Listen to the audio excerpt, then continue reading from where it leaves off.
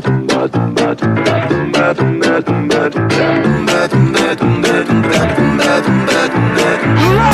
cinéfilos del sofá son más que bienvenidos. Toma tu palomitas de maíz en el microondas y ya vayamos a otra sesión aleatoria.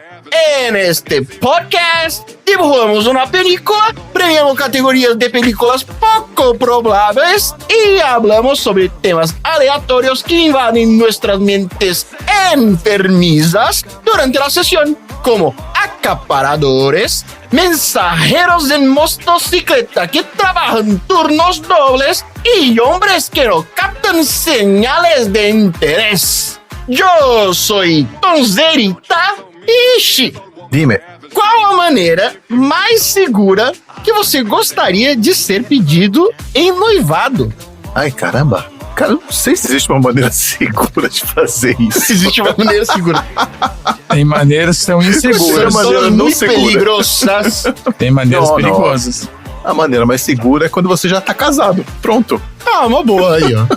Mas não tem como dar errado. Quando você for pedido em noivado, quando você tá casado, se não for a mesma pessoa, não é seguro. Ah, tem isso aí também. Depende, verdade. Aqui teve um cara que foi pedir a menina em noivado, ele mergulhou num lugar lá, acho que aqueles hotéis debaixo d'água, e ele foi pedir com um cartazinho debaixo d'água e afogou. Que isso? Não é seguro. Eu tenho. Não é seguro. Que isso? É sério isso? Sério? Procura aí. Noivo pedindo casamento afogado, não sei o que. Tem. Eu conheci um cara que ele ficou tão nervoso na hora de pedir a pessoa em casamento que ele falou o nome de outra pessoa. Imagina. Nossa, aí sim. Você assistiu Friends, né? O Ross. E tem o nome da Rachel. aqueles videozinhos clássicos do cara que vai pedir em noivado. No jogo de basquete. Tem um que é num pier, e aí quando o cara saca o anel sai quicando e cai no meio do mar. Tem vários também. Andrecito, uma pergunta para você. Você já confirmou a quantidade ou peso de algum produto que você comprou só para ter certeza de que não estava sendo enganado? Putz, cara, eu não tenho esse espírito de guerreiro de ficar com balancinha em casa pra pesar se o negócio tá com o peso correto. Não faço isso, cara. Não, mas tipo assim, você olha lá na embalagem e fala que tem 6 unidades, aí você abre e tem 5. Você não fala nada? No mercado tem balanças. No mercado dá pra fazer, mas eu não fico contando quantos biscoitos tem na embalagem, cara. Se o cara tirar um biscoito ali e quiser me enganar, ele vai me enganar fácil. Eu não vou contar. Eu já contei bis, eu já contei várias coisas, até farinha de trigo eu já pesei já. Mas já veio errado? Você já ganhou alguma coisa com isso? O tempo que mas, você já pesei uma marca de farinha, tava sempre abaixo de 1 quilo. E era vendido como 1 quilo. E aí eu falei, vou mandar Mandei um e-mail. Me mandaram 5 quilos da farinha. Aí você chega aí tava certo. Tem 5 quilos de farinha. Tava mesmo. O serviço de atendimento ao cliente mandava de volta. Então pega essa merda, caralho. Mega agora. Mas farinha de 10 em 10 gramas a menos, quanto tempo você tá perdendo 1 quilo aí? Tá certo. Dudu, oi. Você já passou por algum perrengue por falha de comunicação? É o que mais acontece. O que mais acontece? É o que mais acontece. Mas teve alguma situação específica que você tentou se comunicar e não rolou? Não que eu tentei me comunicar, é que eu acho que eu não me comuniquei e aí não rolou. Porque tinha que montar uma prova aqui de todas as disciplinas do período. Primeiro que eu achei que a minha disciplina não ia entrar, porque a minha disciplina é prática. E aí eu esqueci a prova da outra professora também. Aí as questões ficaram faltando pros alunos. Isso aconteceu hoje. Meu Deus do céu. Inclusive. Tá fresco. Eu vou ter que fazer uma mini prova pra eles com mais 8 questões. Tá bom. Merda. Tô puto. Tom, você já comprou algum objeto considerado inovador que foi criado para alguma função específica e esse objeto não funcionou ou não se mostrou eficaz? Você quer dizer antes de todo mundo assim, não? Early adopter. Era um trem inovador que ia resolver algum problema ali, mas não resolveu. Comprou um Segway pra você sair. Putz, imagina? Não. Eu sou aqueles caras que compram por último, sabe? Que não bota muita fé nessas coisas. Você não vai no lançamento. Cara, às vezes eu olho pras coisas e falo assim, isso tem uma cara de geringonça. Você não é um early então adopter. você não comprou uma câmera TechPix, então. Não. Tem TechPix. Não. Até porque era caríssimo, né? Parecia que não, mas era caríssimo. Era caro, negócio. não sei quantas 200 mas parcelas. ele tinha 20 funções. E aí você economizava. Porque em vez de comprar 20 coisas, comprava uma só. Mas eu tenho aqui uma denúncia olha pra fazer. Denúncia! E essa denúncia vai pro André. Porque o André falou que, dentro do tema, que se eu comprasse um mesh, ia resolver um grande problema de conectividade em casa. E resolveu parte da conectividade daqui de casa. Tá vendo? Porque quando eu quero ver os meus videozinhos no YouTube enquanto eu tô tomando banho, a conexão Wi-Fi não tá chegando lá no banheiro não ainda. Primeiro que vem YouTube quando tá tomando banho já tá errado. Como é que você vê o YouTube tomando banho? Assistindo um videozinho relaxado. Aonde você tomou banho? Podcast, Pode ser o podcast também, mas tem dia que... Aí de qualquer forma eu tenho que colocar eu tenho que tirar do sinal do Wi-Fi pra poder funcionar. Isso é um dispositivo de segurança pra você não ficar gastando água à toa. E o negócio tá, entendeu? Pra você não gastar. De ver que você tá no banho, fala, não vai funcionar. Porque senão você vai ficar gastando seu tempo. O cara quer que a internet funcione no banheiro. Tá maluco. É uma pena que esse device que tem essa limitação e não o aquecedor de água, né? Podia ser o aquecedor de água com timer que depois de 10 minutinhos não liga mais. Gela a água e acabou. Acabou seu banho. Mas ó, isso aí vira e mexe dá merda. Isso foi uma piada? Eu fico nessa... Segue o barco. Tô tentando entender. Não, porque eu falei que é bem esperado na hora de tomar banho. Porque é isso. Na privada, o Wi-Fi funciona. Mas 1 metro dali, que é no box do banheiro, não funciona. Mas o seu banheiro não é inovador que tem privada dentro do box? Podia ter um banheiro desse, hein? Com a privada dentro do box. Já caga tomando banho e sai limpinho. Eu achar isso inovador. Que é isso, velho? Eu vi isso em 1990 no trailer que eu tinha. Toma banho e sai limpinho. Deus do céu. Não gasta papel ali. Então é isso, vamos pedir um delivery de pipoca para a nossa sessão A2. Don't you come back. I do not understand you. Don't you come back. Oh, baby, please. Don't you come back no more. Um lugar afastado das planícies de Catanzaro, as pessoas continuam rindo pelas costas. Ninguém ficou surpreso com o romance que todos já conheciam. A surpresa veio com o trágico e inesperado final do Sessão aleatória.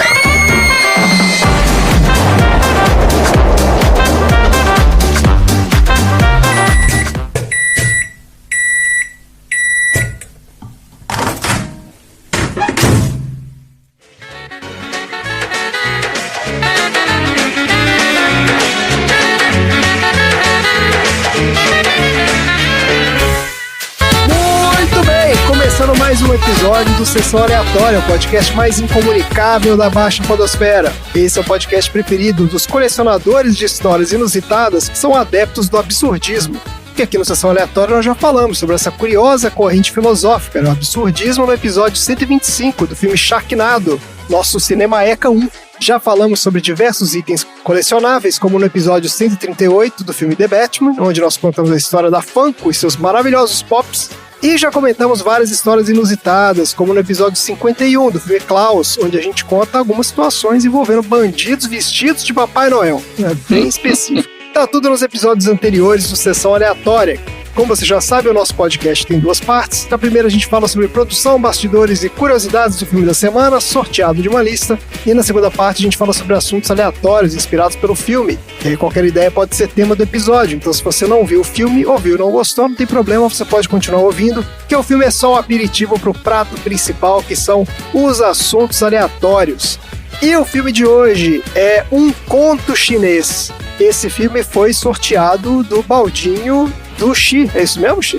Você que colocou esse filme aqui? Foi. Então conta aí pra gente, qual foi a sua lista de filmes e por que você colocou Um Conto Chinês na lista?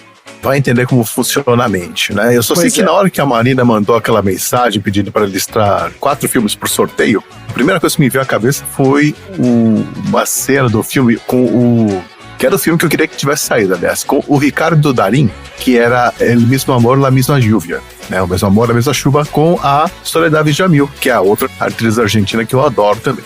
Então eu pensei, tá aí, vou fazer uma lista só com filmes do Darín, né? Já que até hoje saiu só O Segredo dos Seus Olhos aqui no Sessão Aleatória. Não, já teve Relatos mais Selvagens aí. também tá aí. Teve mais? Teve. No Ele Relatos tá no Relatos Selvagens também. também. Relatos Selvagens, é verdade. Isso. Bom, então Darín além tá desses com dois, pau tem aqui. vários. Mas tem muito mais, né? O cara deve ter quase 50 filmes no currículo aí. Tem, porque ele tá em todos os filmes argentinos, né? Então ele tá em muito filme. Então, além do O Conto Chinês e O Mesmo Amor, a Mesma Chuva, tinha também na lista o Argentino 85, né? E 9 Rainhas. Mas como é tradição aqui no podcast, saiu o que eu menos queria, que é o conto chinês. Mas sempre vale a pena rever os filmes do Dario, então vambora. Tá ótimo. Eu ia falar que, você conseguiu vencer a maldição do Sessão Aleatória. Não conseguiu, né? Esse é o que você menos queria. Tá bom, vamos lá. Bora falar desse filme aí, ó. Um Conto Chinês é um filme de 2011, dirigido e roteirizado pelo Sebastian Borenstein. O filme, como não poderia deixar de ser, estrela o Ricardo Darín no papel do Roberto, o Ignacio Wang como Jun e a Muriel Santana como Mari. O Sebastian Borenstein é um aclamado diretor e roteirista argentino, considerado um dos principais expoentes do cinema latino-americano das últimas décadas. Ele é filho de um aclamado comediante argentino chamado Tato Bores. Vocês conhecem o Tato Bores? Como é que é? O cara jogou. É mesmo? É, você conhece? Tato Bola? Tipo esses programas de TV de sketch normal, sabe? Então, ele é tipo o Chico Anísio da Argentina. É um desses humoristas que tem um programa de TV com um monte de sketches, assim, igual tem um monte na Globo, essas coisas. O primeiro trabalho do Sebastian Borenstein no cinema foi o filme La Suerte Está Echada, de 2005, que ganhou vários prêmios internacionais. Depois ele dirigiu um filme chamado Sem Memória, 2011. Esse aqui parece que não fez tanto sucesso não, mas logo em seguida ele dirigiu o maior sucesso da carreira dele, que foi justamente esse filme que a gente vai falar hoje, Um Conto Chinês. Ele dirigiu ainda mais 2 longas estrelados pelo Ricardo Darín. Ficaram brothers aqui, ó. Foi o Koblik, de 2016, e A Odisseia dos Tontos, 2019. Ambos tiveram boa repercussão aqui dentro e fora da Argentina. Vocês já viram esses filmes aqui? Alguém? Não. Aí, Chico, tem que botar na sua lista aí. Você que é fã do Darín, ó. Tem um filme dele que não é um filme, acho que é uma série. Não é filme, sim. Eu vi na Netflix, vi no Amazon Prime. Meu Deus, que era um tal de um espião. Era um filme, uma série de espião, uma coisa assim. Do Vi esses Borenstein? dias recentemente. É. Pode ser esse aqui, ó. O Yossi, o espião arrependido, é esse?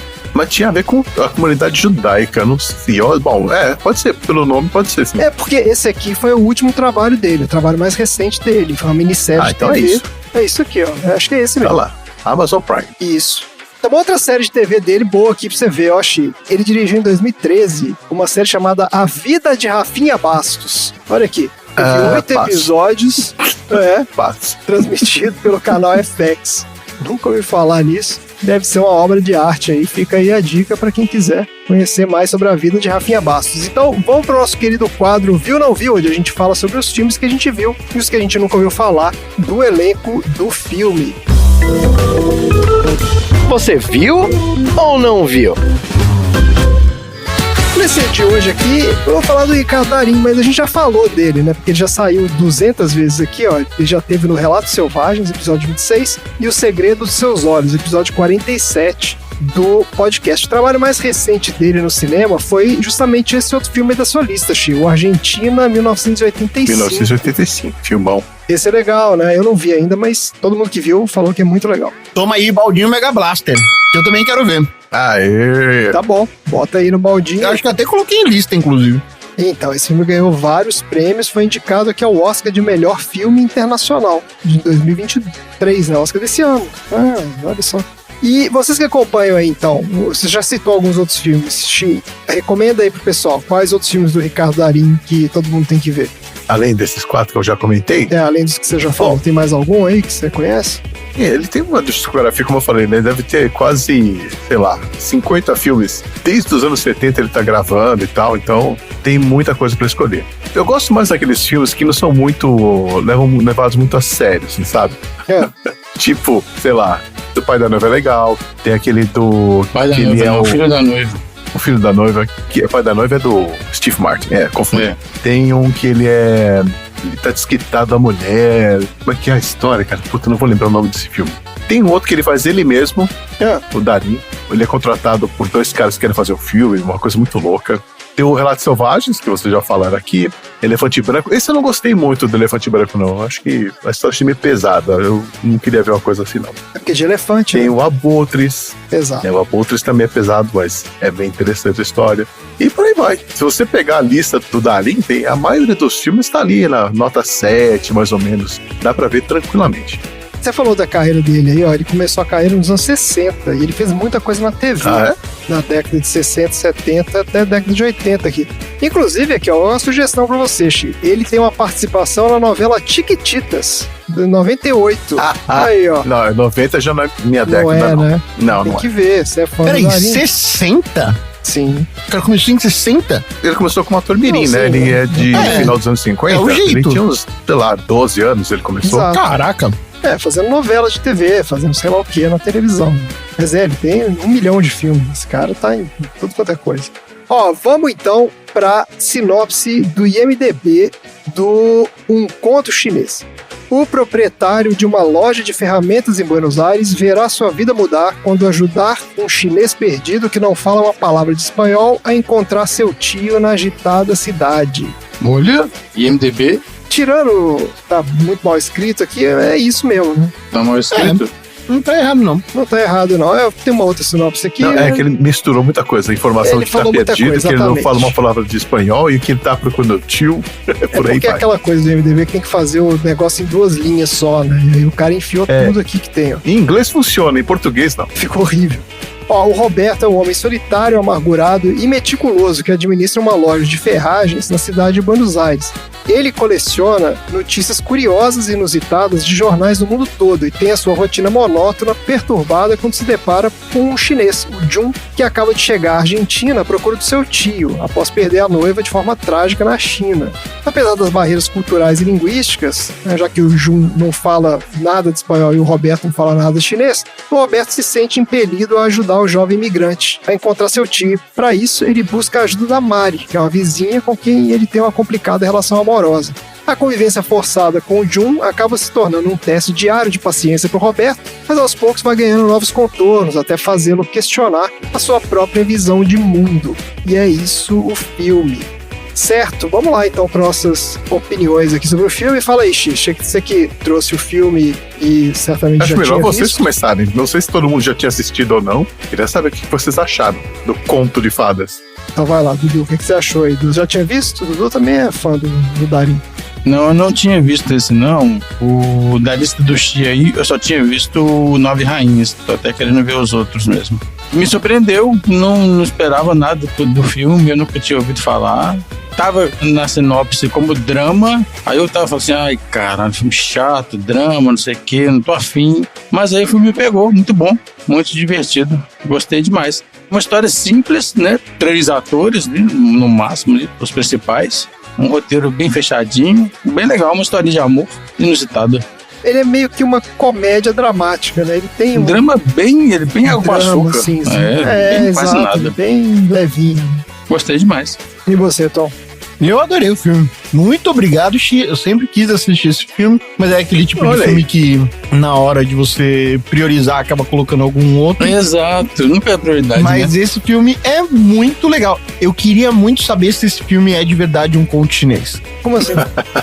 Se ele é realmente um conto chinês. Se tem alguma história que alguém conta sobre isso, sabe? Seria tipo uma fábula? Acho que É. não, né, cara? Não. Acho que ele é Que só... alguém foi lá e filmou na Argentina, sabe?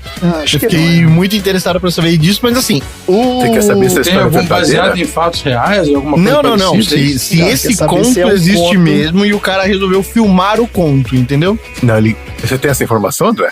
Da origem da história, né? Não, tem. Você vai Isso. falar mais na frente. Então, tá bom. Então tá. A história do filme em si, não. É uma ficção. Um filme. Maravilha. O roteiro foi feito pelo cara, né? Ele inventou essa história. Maravilha. Eu achei muito legal. Um filme super levinho, assiste rapidão, ninguém sofre. No final, se dá uma risada sem querer dar risada. Você fica muito constrangido pelo que tá acontecendo. Mas é um filme demais. Filme demais. A gente não faz filmes assim aqui no Brasil porque a gente é trouxa. Porque é um filme deve ter sido bizarramente esse é o barato ponto. pra fazer. Esse é o ponto, cara. Qual é o ponto? A gente é trouxa? Porque uma coisa que eu gosto muito no cinema argentino é que eles conseguem contar essas historinhas de sessão da tarde sem cair na babaquice, sem aquelas piadas bestas, sabe? Sem forçar. Tem que colocar um Leandro Hassum. Sabe? Tem que ficar estereotipando o povo pobre.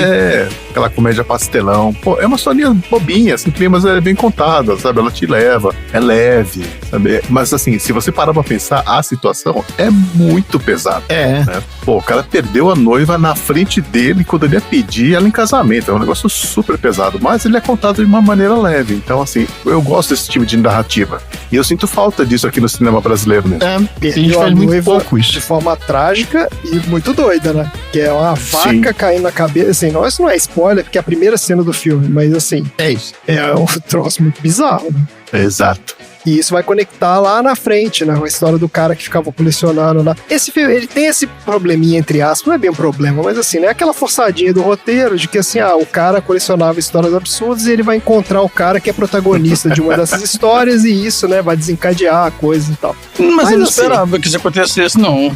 Eu achei que você o não cara... esperava que acontecesse? Que ele ia contar as histórias pro chinês e o chinês ia contar a história dele pro cara. Mas eu não achei que ia acontecer, não. Fiquei entretido no filme e me pegou mesmo, assim, ó. Ele é legal, sim. Ele é um filme leve, mas legal. Além disso que você falou, ele tem também esse subtexto aí sobre a xenofobia, né, sobre o racismo.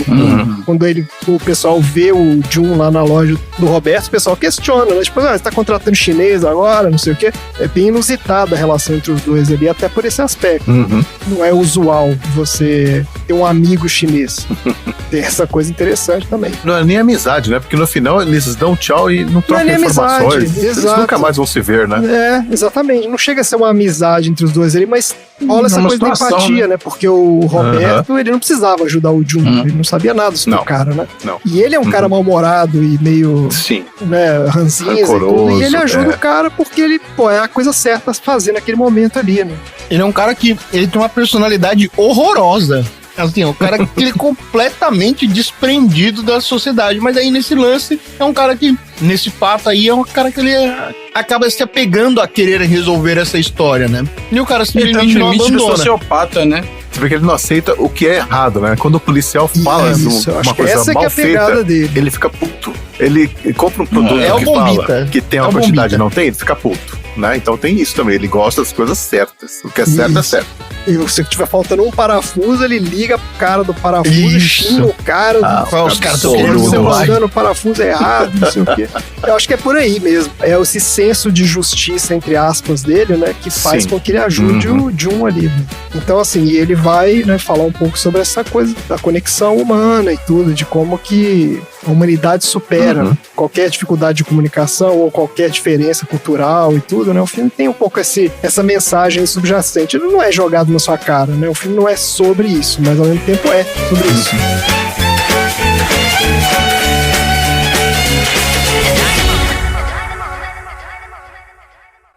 Muito bem. Na caixa diz 350 parafusos Philips Indústria Argentina. Eu contei, acha que não ia contar? Na caixa diz 350. Escuta, eu não quero nem saber se a máquina às vezes coloca menos e outras vezes coloca mais. Pra mim, ela sempre coloca menos. Escuta aqui, diga pro seu chefe que eu não aguento mais. Se não repuserem, eu não compro com vocês nunca mais, entendeu? Ladrões vagabundos. Não prestam, nenhum presta. São os cretinos.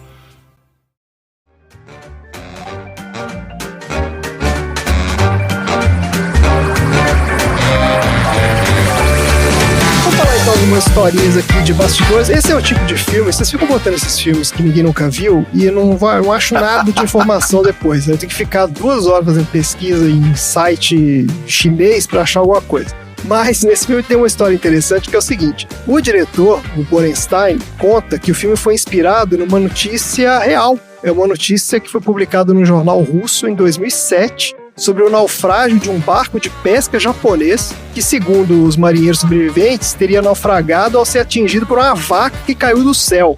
Mas ninguém morreu. Hã? Ninguém morreu nesse acidente. Ninguém morreu? Você averigou isso? Não, ninguém morreu. Não, não tinha nem o japonês lá dentro do barco. Só a pobre da vaca. Como assim? Você leu a história desse negócio? Sim, era um... Como que é a história? Se não me engano, eram russos, né, que estavam poupando vacas. Foram encontrados pelos russos, exatamente. Exato.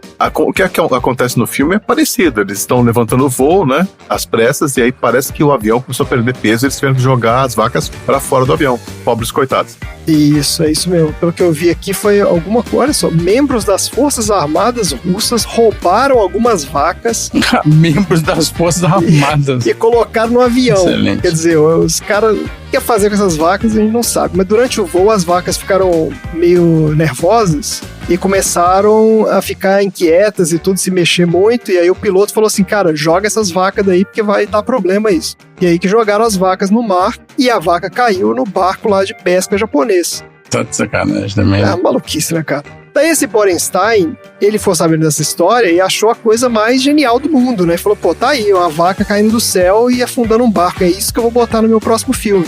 E foi assim que ele decidiu que ia começar, né? Esse ia ser o plot do filme dele. E começou a trabalhar no roteiro do filme. Algumas cenas do filme foram rodadas na Espanha, né, principalmente as cenas rurais, mas a maior parte foi rodada em Buenos Aires mesmo, nos espaços públicos. O que foi um grande problema para a equipe de produção, porque eles tinham que filmar com o movimento normal ali do dia a dia. Não tem negócio de fechar a rua, não é nada disso. Então aquelas cenas lá do bairro chinês foram rodadas, né, no bairro de Belgrano, que é de fato conhecido como bairro chinês em Buenos Aires, né? E é uma atração turística, então qualquer momento que eles fossem filmar lá, ia ter um monte de gente passando pra cima e pra baixo toda hora, né?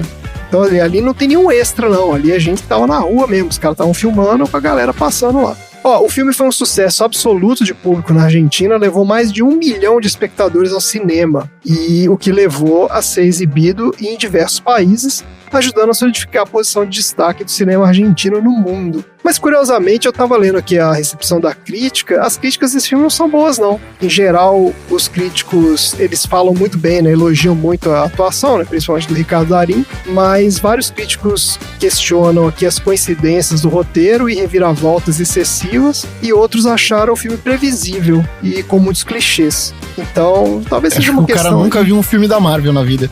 Então, é isso que eu ia falar. Acho que os caras estão acostumados com um nível de roteiro muito superior ao que a gente tá, né? Pra gente esse filme é excelente, os caras falam, não, esse aqui é um filme mais ou menos. Mas mesmo assim, ele fez muito sucesso no circuito de festivais. Ele ganhou diversos prêmios importantes na América do Sul e Europa, como o prêmio Goya de melhor filme ibero-americano, mostrando mais uma vez a força do cinema argentino. E é isso. Bora pro troféu aleatório? Bora.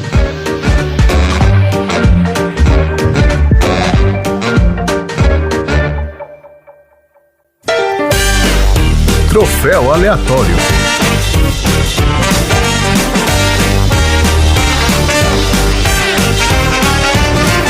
Vamos lá então para os troféus aleatórios. Oxi, lembra aí pro nosso ouvinte o que é ganhar um troféu aleatório. Você já ganhou, né? Você pode dizer com não, eu não ganhei. Causa. Eu não ganhei. Eu já ganhei troféus, não ganhei. Já com uns 2 ou 3 aí. É. Como se fosse o Shinu banhado a ouro. Ganhar o troféu aleatório é como você abrir um daqueles biscoitinhos da sorte e dentro está o número de telefone do seu tio que você não via há anos, perdido na Argentina, e pronto, você achou de cara. Melhor número da loteria, não? Exatamente. Excelente. Vamos lá então, Dudu. Qual é o troféu aleatório aí pro Um Conto Chinês? O meu troféu, meu filho tem 2 empregos, vai pro entregador de comida chinesa, que acabou virando tradutor também. Ah, é verdade. Inclusive o nome desse filme em inglês, vocês viram como é que é? Sim. Não. É a Chinese Takeaway, que é tipo... Ah, mas aí não seria take-out, né? Eu viajei aqui, porque eu ia falar que tem a ver com o negócio da comida chinesa, mas aí seria take-out. Take-away é outra coisa. Então, são muito doidos, na verdade. Não tem nada a ver. Esquece. Não, vamos falar que o nome... O importante é falar que o nome em espanhol é um cuento chino. Ah, e por que é importante? Ah, depois saberei. Olha aí. Olha aí. Mistério. É sempre misterioso. Não, eu já conto o de cara. É porque um dos filhos do Darín se chama Tino.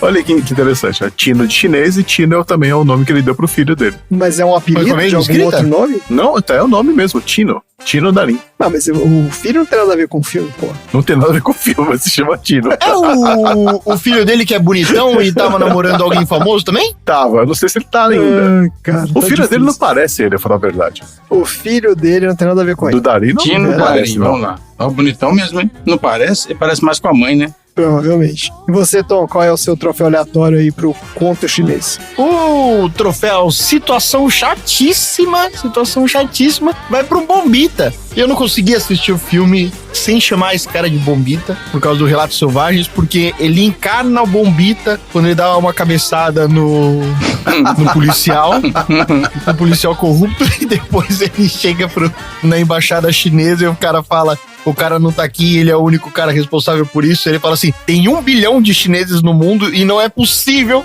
que não tenha ninguém pra fazer isso. É foda.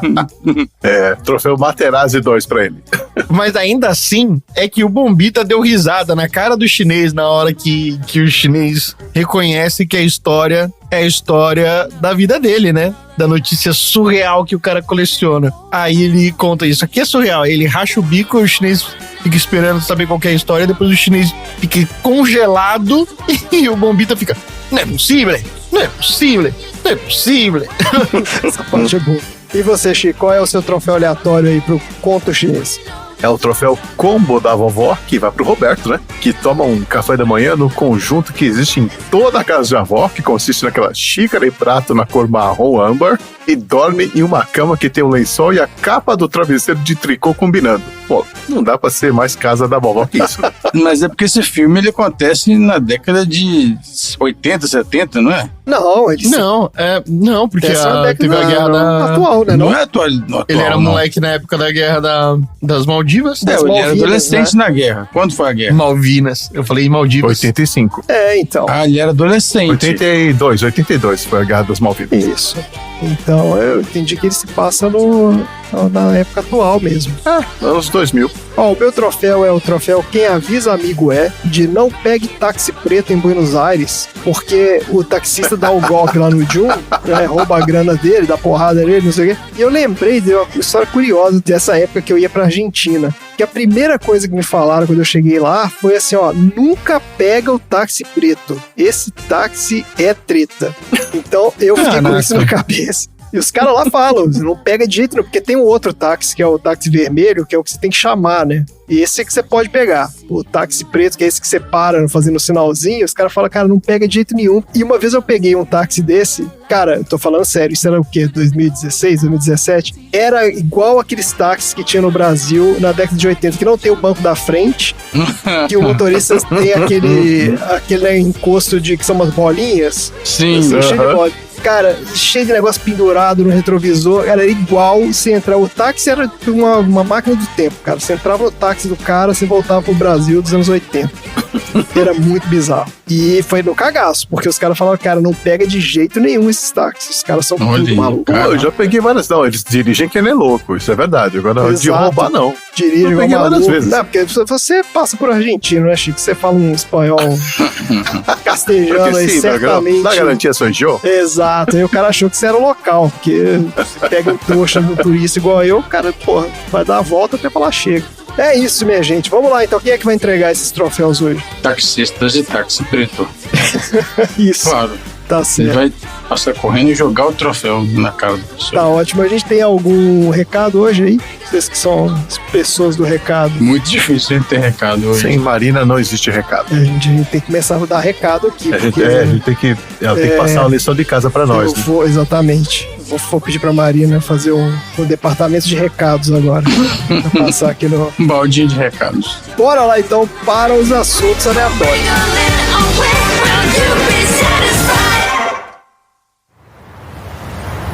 我叫俊厚，福建人，今年25岁，从小爹娘都死了。 Seu nome é Jun Ho, tem 25 anos, é de Fujian e ele é órfão. 我跟渔船工作到这，在码头上叫了一台计程车。 Ele veio até aqui, trabalhando no navio, chegou ao porto e pediu táxi. 只想找到我大伯。 A única coisa que ele quer é encontrar seu tapo. Desculpe, o seu quê? Seu tapo, o irmão mais velho do seu pai. Tio.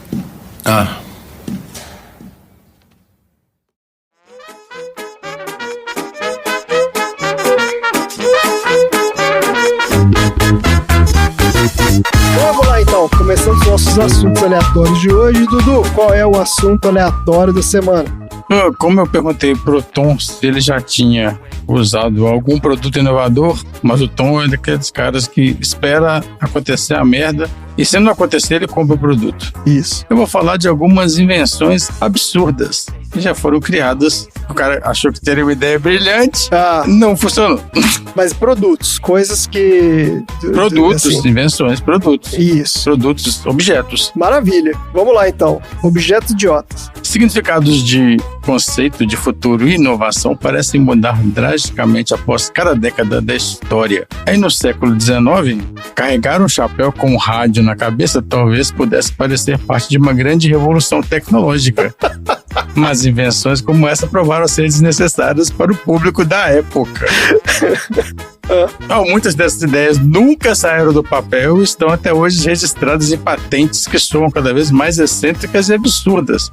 Vamos lembrar do nosso amiguinho Thomas Edison, inventor da lâmpada incandescente e outros produtos importantes. Esse cara tinha uma lista gigantesca, né, de produtos que ele ia inventando um monte de coisa. Mas que ele tem mais de 200 patentes, né? A maioria das coisas que ele inventou não funcionou. É lógico, se você inventa 200 coisas, uma ou outra vai dar certo, né? Vai ser genial, né? Exato. É da quantidade o cara vai. Mas olha só, uma das invenções dele foi a caneta elétrica. Ai, meu Deus, o que é a caneta elétrica? Uma caneta elétrica de 1875 que produzia cópias de documentos conforme a pessoa escrevesse. Era tipo um xerox ao mesmo tempo lá que você está escrevendo. Só que a ideia não foi capaz de competir com as máquinas de datilografia. O projeto inicial ajudou a lançar a primeira agulha elétrica para tatuagens. Olha aí, 1891. Mas você entendeu como é que funciona essa caneta elétrica? Eu não entendi. Ela copia enquanto o cara vai escrevendo? Ela copia o quê? Não sei, eu vou tentar pegar uma foto aqui, em cima dela, tipo de... são tipo bobinas, tem duas bobinas. É, isso. À medida que você vai escrever, eu entendi. Como se fosse uma duplicadora. Então, à medida que você vai escrevendo, o sinal elétrico vai nessas bobinas malucas aqui e tem outro... ele duplica em outro lugar. Exatamente, tem um outro lugar sim, não que é ele na vai própria caneta. escrevendo o que você está escrevendo aqui. Mas é um trambolho inacreditável, né, cara? Inacreditável. Deve ser um trem pesado. Daí o cara vai pegar e dar choque, sacou? O cara não pode escrever descalço. Tem um videozinho, inclusive, eles demonstrando aqui como é que funciona a gente. Você achou o vídeo do negócio? Achei, tem um videozinho aqui no YouTube. Nossa senhora. Boa, então essa aí não serve pra nada. O que mais? Não, que é isso. Foi o precursor das tatuagens. Quem tem tatuagem aí, eu agradeço ao Thomas Edison. Olha só. Vocês têm tatuagem? Quem tem tatuagem? Ninguém tem tatuagem nesse podcast? A Marina. Não, eu não tenho. Tira, gente. Todo mundo tem. Eu não tenho. Você não tem? Eu não tenho nenhuma tatuagem. Eu tenho. Você tem tatuagem? Qual tatuagem você tem, Ti? Um dia eu mostro pra você, querido. Isso, olha aí, cara. Olha aí. Esse é um momento especial. Eu tenho um gatinho no braço. Gatinho. Bom, temos aqui o capuz de chuveiro. Porque aparentemente alguns inventores excêntricos do século XX mantinham grande interesse por equipamentos usados na cabeça e a criação do alemão Hermann Schneidacker também se enquadra nessa categoria, o capuz de chuveiro. Ele é feito com material à prova d'água para proteger o cabelo e a maquiagem de quem quisesse tomar-se um banho. Isso existe até hoje, velho. É aquela touquinha de tomar banho? Não, mas é porque ele capuz, é porque ele protegia o rosto também, por causa da maquiagem, não é só a touca, entendeu? Então, entendi. Não é só a touca de banho. A pessoa toma banho maquiada, exatamente. Tá certo. Temos um acessório futurista aqui, ó, apresentado pelo Victor T. Hoflick, em 1949. O chapéu com rádio. Isso é uma ideia genial demais. Isso que é genial. Durante uma coletiva de imprensa, usando adolescentes como modelos para ilustrar a praticidade e estilo de vestir um chapéu com rádio acoplado, né, esse cara lançou o produto dele em 7 cores diferentes e a sua bateria poderia ser guardada no bolso. Meu Deus, cara. A ideia perdeu força nos anos 1950 por limitações técnicas. O chapéu só captava frequências AM e era comum perder o sinal caso o usuário virasse a cabeça. Olha aí. Mas aí ficava tocando, tipo, tinha um alto-falante também? Ficava tocando rádio? Então, quando você coloca... Tem uns bonés com fone de ouvido acoplados. Tem. Se você pegar o seu fone de ouvido e colocar na cabeça, você consegue escutar bem também. Então o cara usou essa ideia aí. O rádio tem um alto-falante pequenininho. Só que ele tá acoplado no chapéu e encostado na cabeça, a pessoa consegue realmente ouvir. Porque tem gente que certamente ia gostar disso, porque em transporte público, principalmente, é muito comum o cara que bota aquela caixinha de som, né? Porque ele acha que todo mundo quer ouvir o que ele tá ouvindo. Atualmente esse pessoal liga o celular sem fone de ouvido, né? Exato. Então eu acho que essa galera curtiria um chapéu. Então, a questão também é que o rádio não tá acoplado a fone de ouvido aqui não tá falando nada disso. Então ele tocaria normal. Nossa senhora. Então não deu certo, o cara não podia nem virar a cabeça que ele perdia o sinal. Aí é um problema, né? Temos o Isolador. Além de ter lançado a primeira revista de ficção científica da história, o Hugo Gernsback. Você conhece o Hugo Gernsback? Não conheço o Hugo Gernsback. Ele inventou a primeira revista de ficção científica da história. Também foi responsável por uma criação inusitada chamada The Isolator, o Isolador. Um capacete feito com um tanque de oxigênio para neutralizar qualquer distração exterior. Olha aí. A ideia é eliminar ruídos para melhorar a concentração de quem investisse no equipamento durante alguma tarefa importante. Meu Deus do céu, cara, tem a foto aqui dele vestindo esse negócio. É um escafandra. É um troço inacreditável.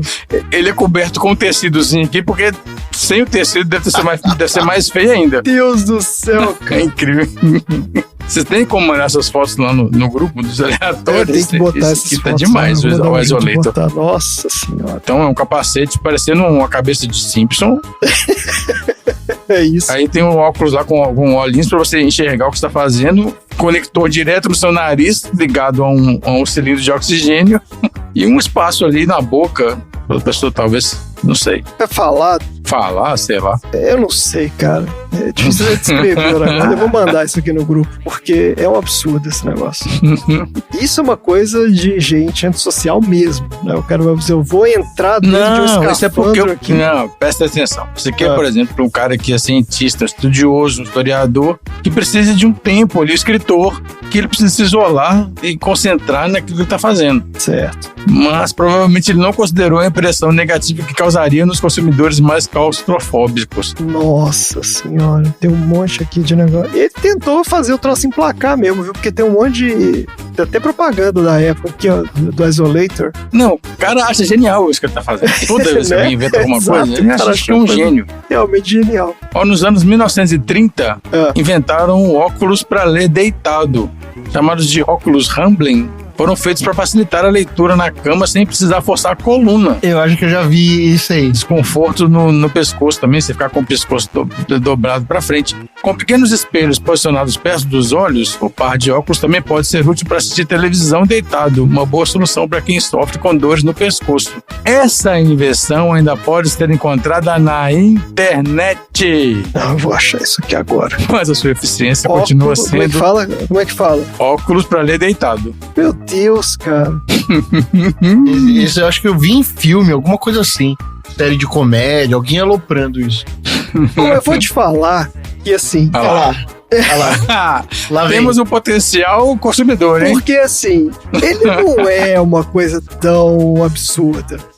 Se ele funcionar, é porque ele não acha que isso aqui vai funcionar. Na verdade... E não é caro, hein? Não é caro, é baratinho. Quanto que é? Tem aqui? Vai testar, hein? Por aqui tá vendo aqui, até então, R$40. R$40? Acho que de repente rola testável. 26, 71. É meio bizarro, porque você fica deitado, virado pra cima, né? Gente do céu. E ele tem uma lente que aponta pra frente aqui. É meio esquisito o negócio. Mas de repente... Gente, junto com esse óculos para ele deitado, eu achei um óculos de proteção Face Shield Glasses Sunglasses. Transparente, anti-fog, anti-splash, protective mask, full face covered safety sunglasses. Você viu isso aqui? Uma máscara que cobre o rosto todo da pessoa. Não é aquele negócio que na pandemia o pessoal ficava usando? Aquelas máscaras de... Mas eu nunca vi isso na minha vida, não. Na pandemia usaram isso. Você nunca viu isso? Eu vi aquela que é normal, todo mundo usava, que eu já usei também. Aquela que botava na cabeça lá, o Face Shield. Que é isso, Face Shield, é uma máscara de acrílico. Então, mas esse é um Face Shield ultra futurístico. É ultra futurístico? Sei lá, é aquela cabeça da pessoa. Eu mandei no grupo aí. Deixa eu ver aqui. Meu Deus, cara, o que é isso? É um aquário na cara? Então, pois é isso que eu tô falando, cara. Ele tava do lado do óculos pra mas eles estão vendendo aqui como sendo uma coisa meio fashion.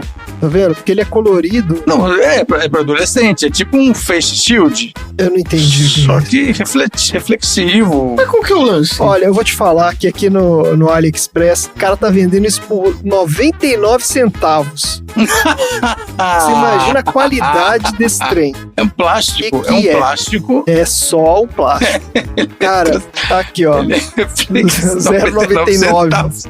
Meu Deus. 46 vendidos, tá falando aqui. Deixa eu ver o review desse negócio. Bom, mas isso na pandemia pode ter dado certo, viu? Mas então, aquele transparente. Ao invés de ser holográfico, tem um que é todo transparente. Isso podia ter dado certo nos hospitais da vida aí. Ó, o cara mandou aqui. I love it. Excellent sun and wind protection for face. Very well packaged. Veio bem empacotado. Que protege do sol também, né? Um face shield Eu não protege do sei sol que também. Mas ninguém vê seu protege rosto. de nada, né, cara? Não tem daquelas... Não sei, é verdade. sei lá. Se tem aqueles anti-UV. Realmente é um troço muito bizarro. O que mais? Tem mais alguma invenção maluca aí? Eu vou ter uma lista aqui, não tem descrição mais não, mas tem uma lista, ó. Tem proteção para cigarro em dias de chuva. É uma cigarrilha, você põe o cigarro na ponta e em cima dela tem um ferrinho sustentando um mini guarda-chuva pro seu cigarro. Ah, não. Um mini guarda-chuva pro cigarro. Temos um jornal enviado por fax. Você compra um aparelho gigante que parece um armário e aí o jornal é impresso pra você na hora, enviado por fax. Fresquinho. Em vez do cara ir comprar o mesmo jornal que você quer mandar pro cara e aí você compra essa máquina bizarra. Temos um instrumento para fumar cigarros em sequência, para fumantes compulsivos. É uma cigarrilha que tem 20 lugares para colocar cigarro. Que colocar isso, 20 cigarros ao mesmo tempo. Meu Deus, cara. Caralho. Cancerina Box, que chama. Temos uma escova que encaixa no contorno da cabeça de um careca e penteia de lado e inclui uma almofada para massagear o couro cabeludo. Metade almofada, metade tamanho. Trollagem com... Genial. Isso é trollagem já, cara. Temos uma sauna portátil. Pô, isso aí é útil. Você tá falando que não é útil? Você já usou esse negócio não, aqui? Não, mas eu usaria. Como é que é uma sauna portátil? É tipo Ai, como eu vou explicar aqui? Isso é aquele negócio de ar. Você entra lá dentro. Você veste o negócio e enche lá dentro. O quê? Tem uma mulher que parece uma banheira, mas é uma banheira sem água. Ela é pra cima, né? Você infla. É inflável. É uma bolsa inflável, você fica sentado. Aí a mulher tá lendo um livro aqui. Nossa. Não pegou essa sauna portátil, não. Temos uma caixa suspensa para bebê, onde você tem uma gaiola de tela que você pendura a criança para fora da janela. Ah! Que maluquice, velho. Mas o Michael Jackson compraria.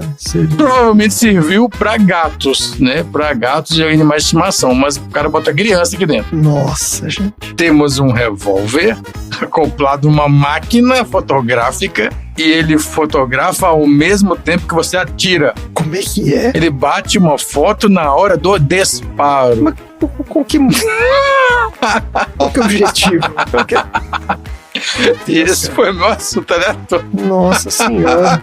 Que maluquice. Eu fiquei preso aqui na história do Face Glass aqui, porque eu não consegui entender o que é isso, cara. Eu acho que eles estão vendendo um negócio. Eu tô vendo aqui vendendo mais caro do que 99 centavos. Ah, porque esse aí é de melhor qualidade. O que eu vi aqui é de 99 centavos. Esse eu acho que rola de comprar pra ver qual é. Tem vários aqui, né, cara, no AliExpress. É uma porrada desse negócio. Protective Face Shield. Tem um vendendo por R$2,87. Esse aqui, ó, é dobro da qualidade do outro. Ó, ele é leve, removível, confortável. Ainda bem que é removível, confortável.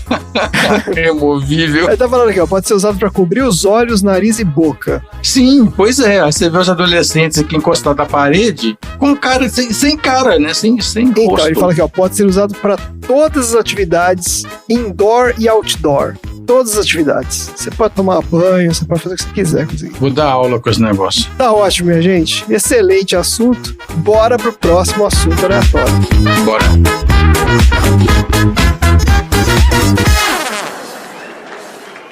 大的不得了，身材好的不得了，是个不够哥们儿呀。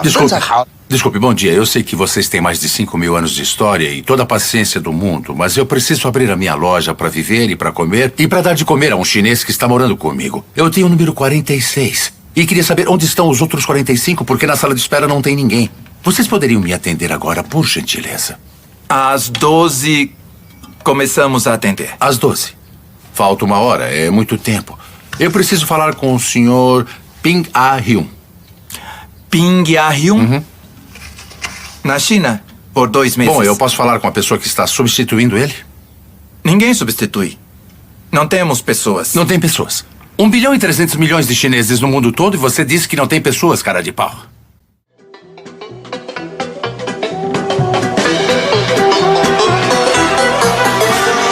Vamos lá, então.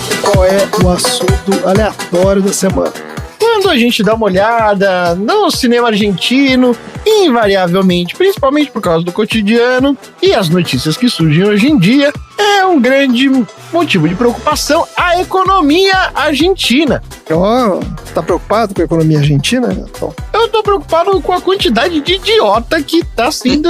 tá tendo um papel preponderante na Argentina. Olha só, à primeira vista, a Argentina é visto como um palco de desordem econômica, mas se a gente aplicar um pouquinho da lente marxista na nossa análise econômica, a gente vai conseguir compreender que a Argentina é, na verdade, um reflexo do sistema capitalista global, onde as contradições econômicas florescem, resultando num ciclo sem fim de dívidas, desvalorização, inflação e altas de juros que são um escândalo. Isso é muito comum, mesmo sem morar na Argentina? É o que vamos saber depois de analisar um pouquinho como, desde os anos 90, a Argentina passa por um momento de crise bizarro no meu novo bloco, chamado Moedinhas, onde a gente vai discutir a situação econômica dos países sob a perspectiva do maior economista de todos, o Carlinhos Marx.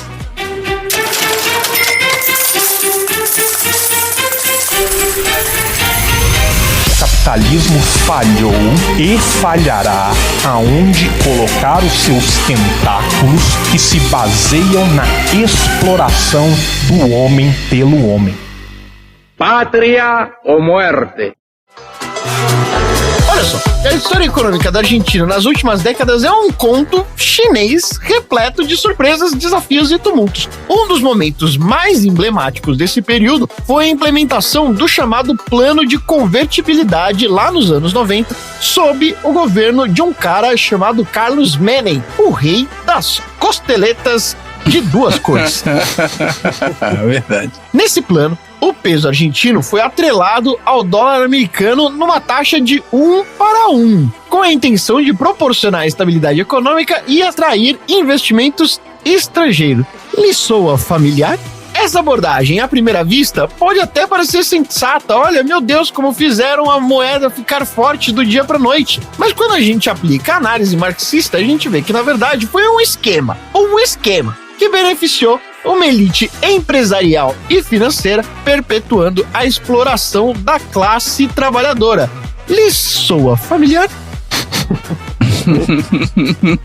O nosso querido economista Carlinhos Marx já havia alertado sobre ilusões de estabilidade dentro do capitalismo, dizendo que dentro do próprio sistema é impossível você ter algum tipo de estabilidade. O sistema se abastece de ciclos de crises. Como resultado da paridade cambial, o valor do peso argentino foi artificialmente elevado, o que prejudicou a competitividade das exportações do país, levando ao déficit comercial crescente. Ao mesmo tempo, o governo financiava esse déficit por meio de empréstimos externos, acumulando uma dívida substancial.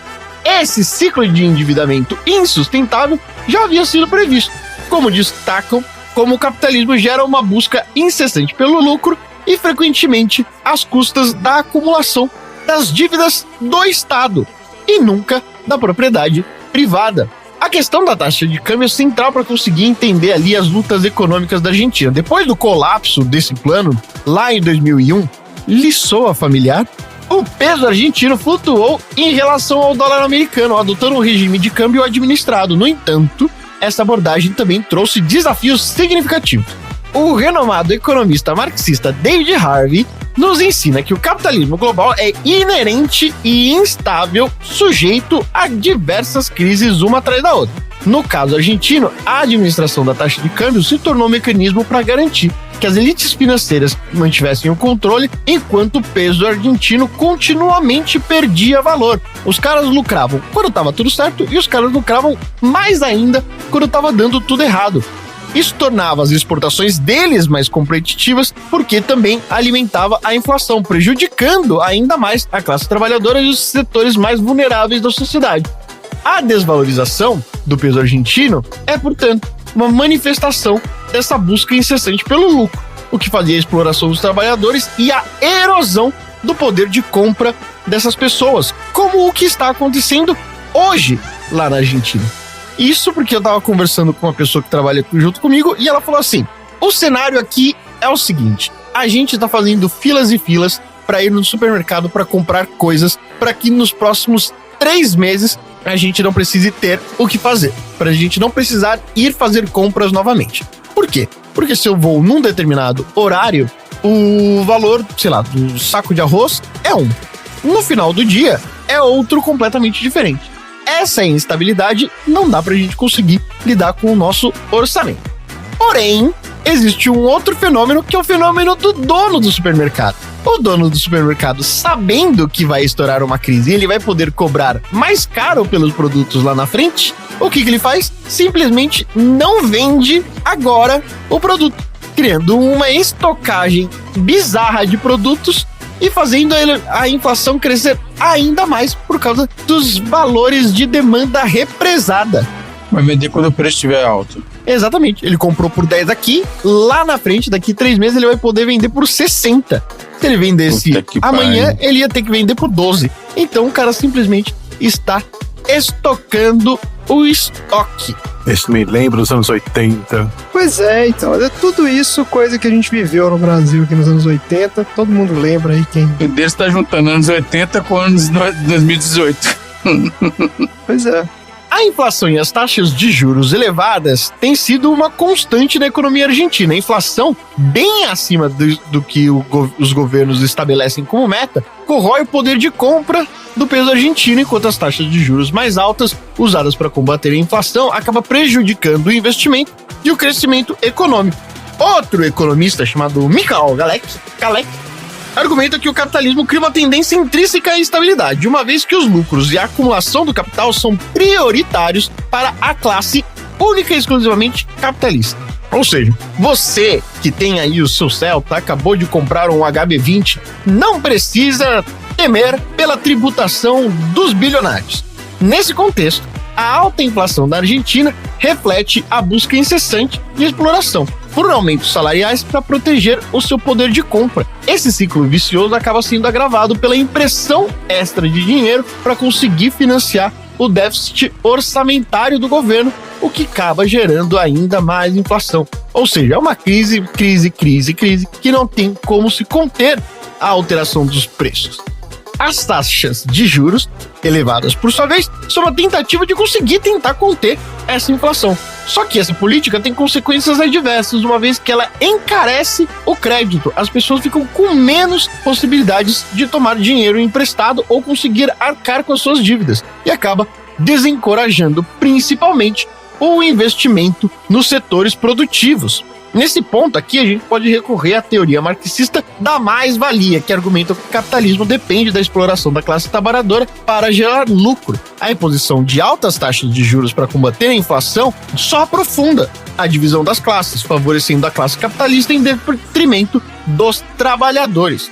E aí, a questão da dívida soberana, país tem sido uma sombra persistente na história econômica da Argentina. O país acabou passando por uma série de reestruturações, de arrolamento de dívidas, negociação com credores, para conseguir reduzir uma quantidade gigantesca de dólares sendo devidos a bancos internacionais e conseguir estender os prazos do vencimento das suas dívidas.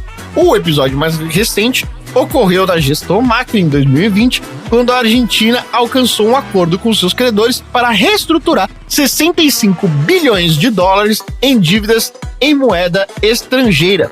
Na Argentina, a recorrente reestruturação da dívida é um sintoma do sistema financeiro global, onde os credores internacionais buscam lucrar com empréstimos aos países em desenvolvimento, muitas vezes à custa de quem paga essas dívidas nas maiores taxas de juros, que é justamente a classe trabalhadora. E a luta constante da Argentina para conseguir dar conta dessa dívida soberana do governo reflete a dinâmica do seu capitalismo, onde o sistema financeiro acaba procurando lucros sem considerar os impactos sociais e econômicos sobre os trabalhadores e a população em geral.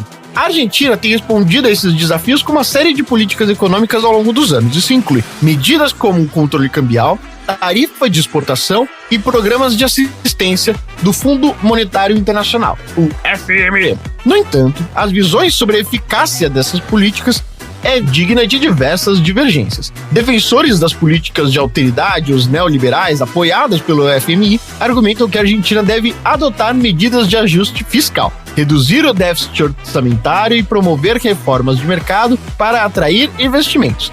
Isto lhe soa familiar? Por outro lado, os críticos dessas políticas, muitas vezes alinhados com uma perspectiva mais marxista, argumentam que tais medidas, na verdade, são prejudiciais para a classe trabalhadora, agravando as desigualdades e a exploração, uma vez que quando o Estado deixa de investir, significa redução do ritmo de crescimento e do poder de salário dos trabalhadores. Nesse debate a gente consegue ali recorrer às análises de Marx sobre as contradições. As políticas de austeridade e ajuste fiscal, frequentemente promovida pelo FMI, são uma tentativa de proteger, na verdade, os interesses da classe capitalista, priorizando a estabilidade financeira em detrimento da justiça social. Ao fazer isso, essas políticas acabam perpetuando a exploração da classe trabalhadora e mantêm a Argentina num ciclo infinito de instabilidade econômica. E, por fim, a economia argentina é uma dança maluca de contradição,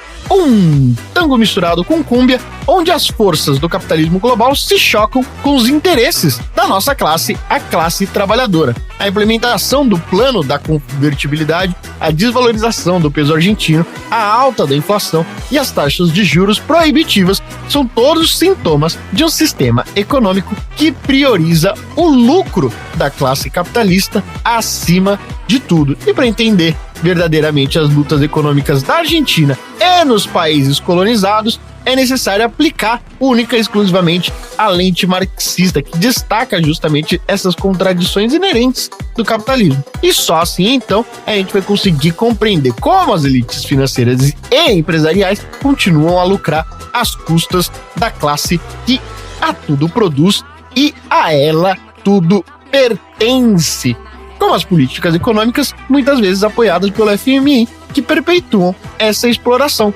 E é isso o teminha da semana. Um beijo pra vocês. Tá ótimo. Independente da análise marxista ou não, o fato é que o bicho tá pegando. E os caras não tem como sair disso, né, cara? Não tem uma saída muito óbvia do enrosco, não. Se for fazer o que foi feito no Brasil, né, vai demorar uns 8 anos fazendo a coisa certa, o que já não tá indo muito bem, né? Já estão querendo eleger um idiota lá, então assim. Um maluco do cacete. E o problema pra fazer o que fizeram no Brasil é que você tem que ter a famosa vontade política, sabe qual é? Todo mundo vai ter que pensar com o mesmo objetivo. E não vai rolar, né, cara? Tem que abrir mão de muita coisa. Não vai rolar. E aí os caras não querem. É complicado isso. Não vai rolar porque, né, tem muita disputa de poder no meio e tudo. Eu vou te falar que sei não, viu? Eu tenho muito amigo lá também e a galera tá muito, muito pessimista, seja lá o que aconteça, né? Não é nem uma questão do tipo o cara falar assim, se o fulano ganhar, fudeu. Os caras estão meio que assim, independente de quem ganha, fudeu. É tipo isso. É isso aí. Vocês lembram de comprar coisas com a ORV? Não. Vocês não são dessa época, né? Eu lembro da ORV. Unidade de valor real, né? Eu lembro que a gente fazia supermercados de mês. Era 2, 3 carrinhos lotados. Tinha que fazer tudo de uma vez. Sim, isso. Porque a cada dia a sua moeda perdia dinheiro, valor, né? E aí criaram essa ORV, que era uma tabelinha que você tinha que ler todos os dias pra ver como é que dava valor. Era pro cara não ter que remarcar o preço, né? Isso. Ele tabelava ali. Acho que foi anos fazendo isso, viu? E aí depois, um dia, falaram, olha, agora o real vale $1. E aí foi a melhor época da minha vida, porque finalmente o nosso dinheiro era forte. Não, eles falaram que o real valia 1 ao RV. Foi essa conversão que os caras fizeram. Não, sim, $1. mas a transição era pra atrelar ao dólar. Atrelou ao dólar. Não, mas não era atrelado desse jeito 1 para 1. Era diferente. Não, então, foi feita a transição, tiraram o cruzeiro antigo pra passar pro real. Isso. Num dia, em 94, falaram, olha, a partir de amanhã, R$1 vale $1. Não, teve uma época que valia $1. Não, Eu comprei vários livros. Teve essa época de foi valer $1 também, mas a conversão que os caras fizeram foi de URV. A URV, eu acho que tava meio que atrelada ao dólar, entendeu? A URV se virou o real. Isso, porque tem um componente psicológico da história. É isso que eu tava falando antes lá. Se o cara sabe que o preço vai subir no dia seguinte, ele não tem estímulo nenhum pra vender. Daí causa desabastecimento, tem um monte de rolo. Os caras sacaram que, tipo assim, cara, a gente precisa tirar, né, sair desse ciclo. Então, pra isso, a gente precisa criar um mecanismo aqui onde as pessoas confiem que 1 vale 1 e que não vai valer 2 amanhã, né? Ou valer meio, né, no caso, porque desvalorizava todo dia. Mas foram uma série de outras medidas também. Foram anos. Foi uma coisa muito bem feita mesmo, independente da questão política, de ser partidário ou não, mas assim, o fato é que fizeram um negócio que resolveu o problema. A inflação no Brasil era tipo, sei lá, 1000% ao ano, né? Um troço maluco, né, cara? Olha, eu lembro de entrar no mercado de manhã e era o horário que eles trocavam os valores. Eu lembro de sair correndo pra chegar na prateleira antes daquele cara com a remarcadora. Tinha isso, pra comprar as coisas. Tinha uma corrida contra o cara, né, da maquininha. Era mesmo. Eu lembro de uma época onde a gente, que foi um pouquinho antes do real, que teve aquelas trocas bizarras de moeda, né? Ah, sim. Aquelas que cortava 3 zeros, né, que o cara fazia. Teve cruzeiro, cruzado, cruzeiro novo e um negócio antes do real, que eu não lembro agora qual que era. Teve cruzeiro, depois cruzeiro real. Cruzeiro real, cruzado novo, não é isso? Cruzado novo. Eu não lembro a sequência, mas era essa galera toda.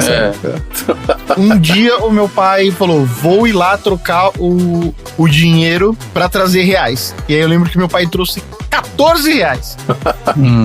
Essas moedas eram, sei lá, 5 mil, milhares, 10 né? mil, milhares, 1 milhão. Aí meu pai exato. trouxe R$14 e eu fiquei muito preocupado. Agora eu falo pro pessoal que eu já fui milionário. Nessa época eu ganhava em milhões. Milhões, cara. Milhões. A unidade era do tipo dinheiro não valia R$500, nada. né? Espero que a Argentina não vá por esse caminho, né, cara? O medo da galera lá é ir pra um negócio desse mesmo, de inflação de 4 dígitos, alguma coisa assim. Maravilha, então, bora pro próximo assunto aleatório. Bora.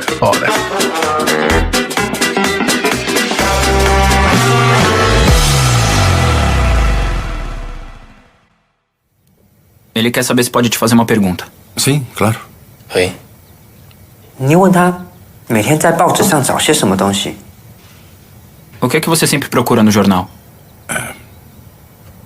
Eu gosto de colecionar coisas. 他喜欢收集东西。 Faço coleção de notícias incríveis, absurdas. 他收集奇怪的新闻。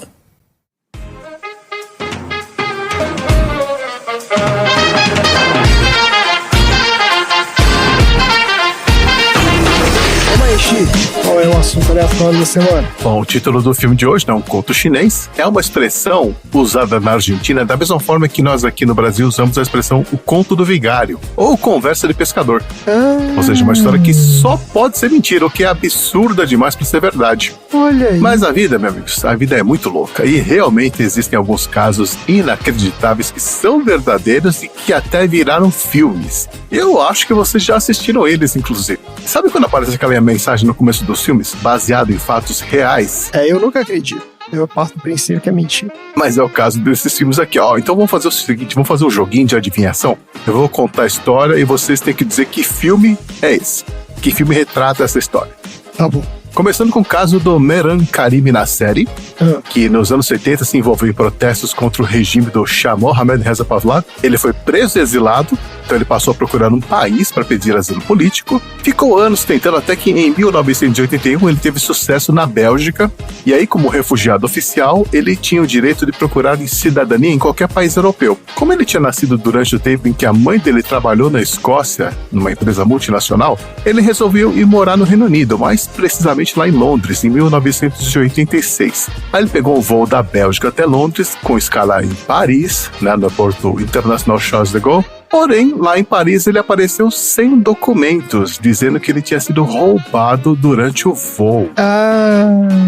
Então ele não podia embarcar para Londres, ele ficou retido no aeroporto, mas como ele não tinha cometido nenhum crime, ele acabou sendo liberado, né? Até que as autoridades decidissem o que fazer com ele. Ele não podia retornar ao Irã devido à perda de seus documentos. A lei belga impedia que um refugiado que tivesse deixado o país após ser aceito retornasse. Ele não podia ir para o Reino Unido porque ele não tinha visto. E ele não podia nem ficar na França, né? Pelo mesmo motivo. Meu Deus do céu. O cara que não filme podia é esse, ficar em lugar nenhum. É aquele filme com o Tom Hanks lá que eu não lembro o nome. O Terminal. O Terminal. Esse mesmo. Isso. O cara ficar morando no aeroporto. Exato, só que o filme, que é de 2004, não conta a história toda, né? Eu não lembro se o filme conta qual que era a situação dele ali. Pois é. Depois que a história ganhou fama, o Meran recebeu ofertas de cidadania. Primeiro da Bélgica e depois da França. Mas ele rejeitou esses documentos porque ele achava que era um truque das autoridades para tirá-lo do aeroporto. Então veja só, quando a gente assistiu o filme, ele estava no aeroporto ainda. E ele ficou quanto tempo no aeroporto? Eu chego lá. Nesse ponto, ele já havia renunciado à sua herança iraniana e sonhava em ir para Londres ainda. Ele se autodeclarava Sir. E passou a pedir para ser chamado de Sir Alfred Meran. A estadia prolongada dele no aeroporto eventualmente afetou sua saúde mental. Ele foi hospitalizado em 2006 devido a uma doença não revelada, né? Após sua recuperação, ele foi acomodado em um hotel próximo ao aeroporto, finalmente ganhando sua liberdade na França. Ele chegou a ser convidado para morar com uma família de imigrantes lá, mas ele preferiu ir para um assentamento de refugiados em Paris. Só que em setembro de 2022 ele voltou para o aeroporto, porque ele ainda queria ir para Londres. Caramba! E ele continuou lá no aeroporto até morrer de um ataque cardíaco em 12 de novembro de 2022. Ô, louco! Que isso, bicho? No total, foram 18 anos vivendo no aeroporto, gente. Nossa! Caramba! Pois é. Agora, mas eu trago uma surpresa para vocês. O Meran não é um recordista de tempo vivendo em aeroporto. Sabe quem está há 23 anos e provavelmente continua vivendo em um aeroporto até hoje? Um brasileiro. É isso mesmo. O nome dele é Denis Luiz de Souza e ele mora lá no aeroporto de Guarulhos desde meados de 2000. Que isso, cara? Mas para os funcionários do aeroporto, ele é o corintiano, que é um cara honesto, brincalhão, comunicativo. Um cara que veio lá de Itaquaquecetuba, fugindo da madrasta com que ele brigava muito, e aí ele resolveu ir morar no aeroporto. Só que ele não sabe ler nem escrever. Aparentemente ele tem alguma espécie de distúrbio mental, né? Então ele vive no mundo que ele criou, onde tudo que importa é o Corinthians. Então ele fica rodando lá no aeroporto, pede para as pessoas lerem notícias nos jornais, acompanha os jogos pelo radinho de pilha, né? Que é uma das poucas posses que ele tem. Todo o resto ele consegue graças à ajuda dos funcionários do aeroporto, que dão comida, roupas e outros itens que ele precisa. E aí ele faz uns bicos diversos lá, ajudando os funcionários quando eles não podem sair dos seus locais de trabalho. E vai no banco, paga a conta, joga na loteria, etc, né? Mas, ao contrário do Meran, ele não tá preso no aeroporto, então ele pode sair quando quiser. Só que ele só sai, geralmente no Natal, e fica em um hotel ali próximo do aeroporto, porque tem um comandante que paga uma diária para ele poder ter uma noite especial, né? Com cama e ceia. O Denis normalmente dorme nos assentos do Terminal 2. Só que a última notícia que eu achei sobre ele é de 2017, então eu não sei se ele continua vivendo lá. Fica aí a dica para o jornalista ir lá e atualizar essa notícia. Pô, é verdade, cara. Tem que saber como é que tá o cara aí, pô. Pois é, fizeram uma matéria quando ele chegou a aparecer na televisão, mas depois disso sumiu. Pô, sacanagem. Ó, essa próxima história é incrível e virou filme também. A inglesa Michelle Philpotts foi diagnosticada com epilepsia ainda jovem. Mas depois de 2 acidentes, foi um andando de moto e outro de carro, ela sofreu concussões na cabeça e a memória dela começou a falhar. E ela acabou sendo despedida do emprego depois que pegaram ela tirando várias xerox do mesmo documento que ela tinha acabado de xerocar. E em 1994, ela foi diagnosticada com amnésia anterógrada progressiva, que é um tipo de amnésia onde a pessoa não consegue se lembrar de experiências recentes, mas se recorda com clareza de situações que aconteceram antes do quadro de amnésia começar. Que filme é esse? Não, mas o filme é tipo o filme Amnésia baseado nessa mulher, será? Não, não é o Amnésia. Não tô lembrando também não. Esse é o filme do Adam Sandler. Como se fosse a primeira vez. Exatamente. Nossa, cara. Esse filme é sobre a Michelle. Olha aí o baldinho Mega Blaster. Você vai É o seu como se fosse a primeira vez. Mega Blaster? Não. Ah, então. Esse filme é ótimo. Adoro esse filme. Passo. Tema. Ela continua vivendo lá na cidade dela e continua achando que está vivendo em 1994, quando ela tinha 30 anos de idade. Então, todos os dias ela acorda e se esquece de tudo que viveu depois disso. Caramba. Então, ela continua casada com o mesmo marido. Né? Então, todos os dias ele faz aquilo que a gente vê no filme, né? Ele mostra anotações, fotos, ajuda ela a se situar no presente. Mas, diferente do filme, ela também tende a se esquecer das coisas em um prazo mais curto. Ela pode não se lembrar do que estava fazendo na última hora, ou até mesmo nos últimos minutos. Né? Claro que a vida dela não é fácil, nem mesmo para fazer coisas do dia a dia, como ir ao mercado, por exemplo. Né? Primeiro ela tem que levar um GPS para onde ela vai, porque senão ela não consegue voltar para casa. Aliás, ela acorda e tem que entender o que é um celular, já que eles não existiam em 1994. Ela tem que aprender todo dia a mexer com o celular? Exato. Segundo, ela tem que escrever uma lista das coisas que tem que comprar pra não chegar lá e ficar pensando o que ela tinha de fazer lá. Tipo, acorda, demora umas 2 horas pra poder... Né? Pô, mas é muito pior do que o cara do Amnésia, então, pô. Pois é. Ela tem dificuldade de ler um livro, porque na metade do livro ela pode esquecer o que tinha acontecido antes na história. Não, mas aí o cara do Amnésia tinha isso também. Ele durava uns 15 minutos a memória dele. Outra coisa horrível é que ela não lembra dos familiares e amigos que faleceram, então ela tem que reviver esse drama constantemente.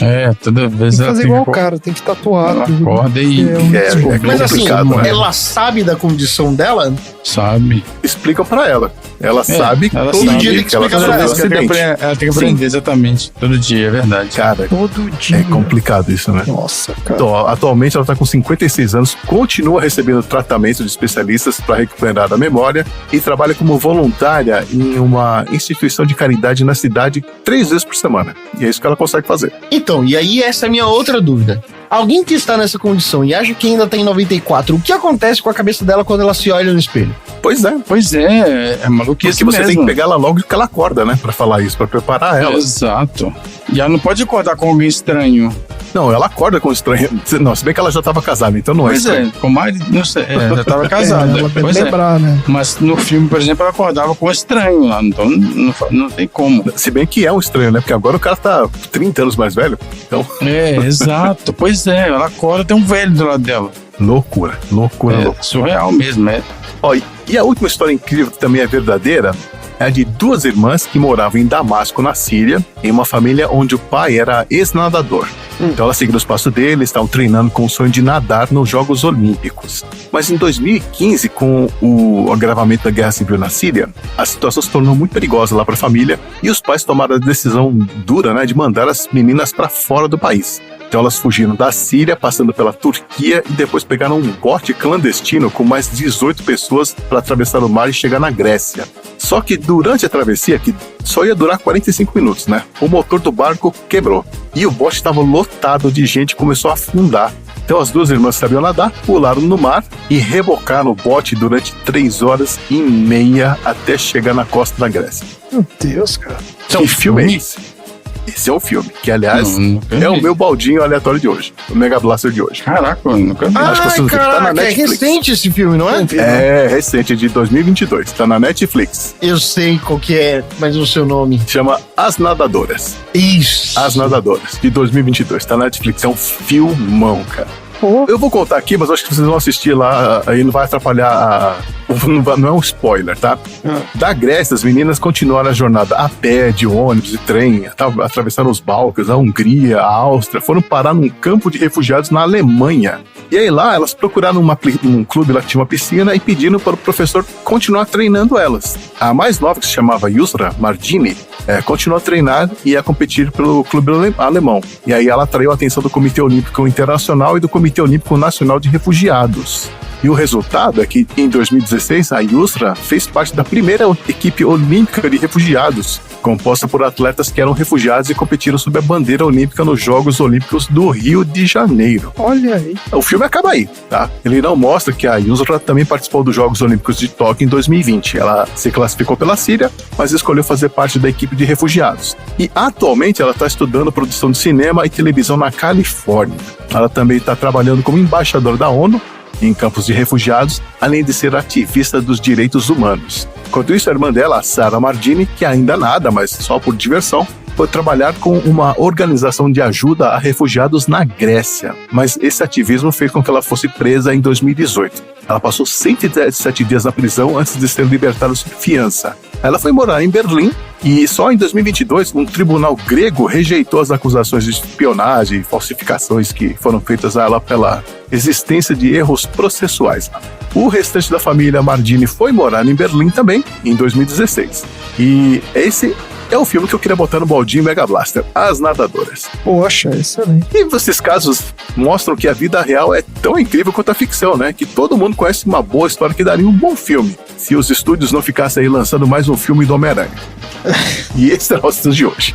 É a Yusra Mardini, é isso? Isso. Que legal, cara, não sabia dessa história, não.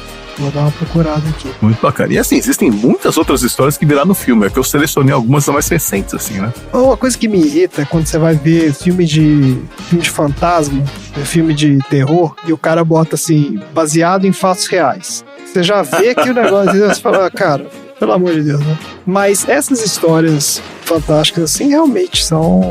Né, dão bons filmes. Acho que tem muita história mesmo que acabam virando filme. Aquela história daquele filme do Leonardo DiCaprio, do Prenda-me se for capaz. Sim, também é. Aquilo é história real também, né? Também. É. Uhum. Eu não sei exatamente qual é a história. Aliás, eu acho que a história do Lobo de Wall Street também é uma história real. Também é. O Scorsese, acho que a maioria dos filmes dele tem alguma... não é exatamente baseado, mas é inspirado por fatos reais, né? Acho que Os Bons Companheiros também é. O Aviador. O Aviador também é. O Aviador, ele de fato é, né? A biografia do Howard Hughes. Tem aquele o Leon.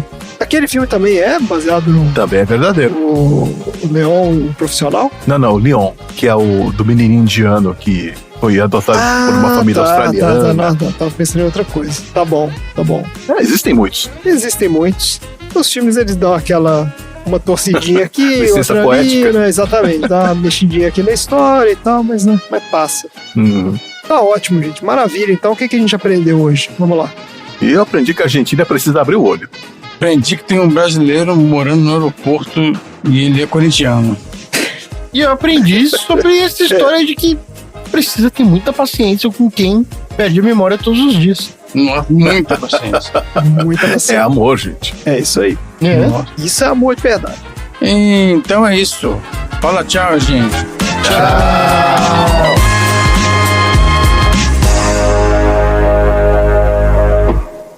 Fim da semana. Vocês conhecem o Tato Boris? Como é que é? O cara jogou aqui. É mesmo? É. Você conhece? Tato Bola? Tipo esses programas de TV de sketch normal, sabe? Então, ele é tipo o Chico Anísio, da Argentina. É um desses humoristas que tem um programa de TV com um monte de sketches, assim, igual tem um monte na Globo, essas coisas. Peraí que pingou uma pizza aqui no meu olho, peraí. Pingou o quê? Pingou uma pizza aqui no meu olho. Pingou uma pizza no seu olho? Alguém falou de boca cheia aí. O cara tá jantando e gravando ao mesmo tempo, eu vou te falar. La fuerza de Argentina está caminando a mi lado, baby, no estoy solo. Los golpes de la vida ya me tienen preparado, ready para todo. Los guachos de la esquina son soldados caminando por arena y lodo. Circula adrenalina por un pueblo destrozado con los sueños de oro. Argentina, si quisiera olvidarte, no pudiera. Argentina querida, la tierra donde nací. Sangre de cóndor andino, de puma, de coatí. La nave baja en Córdoba preguntando por mí. Jujuy me dio los zapatos para caminar por ahí. Fim da sessão.